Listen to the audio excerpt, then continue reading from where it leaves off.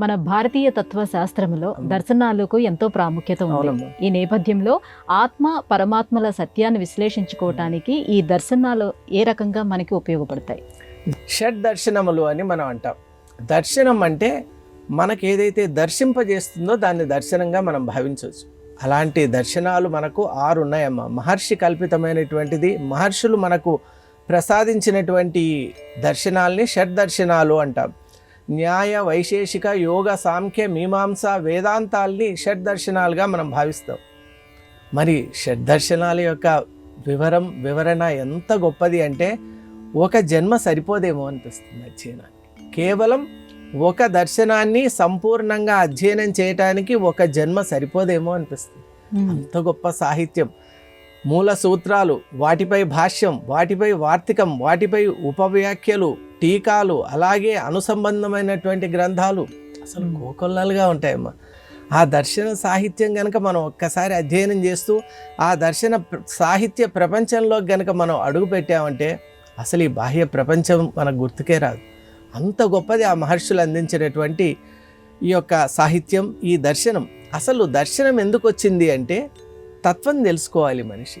తత్వం అంటే వాస్తవమైనటువంటి సత్యాన్ని తెలుసుకోవాలి. ఆ సత్యం తెలుసుకోవాలి అంటే అనేక రకాలైనటువంటి మార్గాలు ఉన్నాయి. షడ్ దర్శనాల్లో మనం ప్రారంభం చేస్తే అక్కడ క్రమం కూడా చాలా చక్కగా ఉంటుంది. న్యాయ, వైశేషిక ఈ 2 రకాలైనటువంటి మార్గాలు మనం తీసుకుంటే, మొట్టమొదట వైశేషికం కనుక మనం తీసుకుంటే కణాద మహర్షి ఇచ్చినటువంటిది ఈ యొక్క వైశేషిక సూత్రాలు. 370 సూత్రాలు ఉంటాయి. ఇందులో అణుతత్వం ఉంటుంది. ఇప్పుడు ఈ యొక్క కాలంలో ఉన్నటువంటి వాళ్ళు ఏమనుకుంటారంటే అణువు గురించి, అలాగే పరమాణువు గురించి పరిజ్ఞానం ఇప్పుడు మనం తెలుసుకుంటున్నాం అని అనుకుంటున్నారు. కానీ మహర్షులు లక్షలాది సంవత్సరాల క్రితమే ఈ యొక్క అణువు ఉన్నది, పరమాణువులు ఉన్నాయి అనేటువంటి జ్ఞానాన్ని కూడా కణాద మహర్షి సూత్రాల్లో చాలా స్పష్టంగా చెప్పాడు.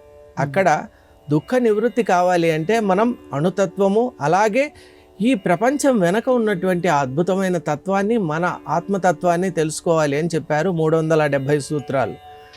మరి కణాద మహర్షి యొక్క వైశేషిక సూత్రాల తర్వాత మనం చూడబోతున్నాం న్యాయ సూత్రాలు గౌతమ మహర్షివి. ఆ తర్వాత వచ్చినటువంటివి యోగ సూత్రాలు పతంజలి మహర్షి, అలాగే సాంఖ్య సూత్రాలు కపిల మహాముని మనకిచ్చినటువంటివి.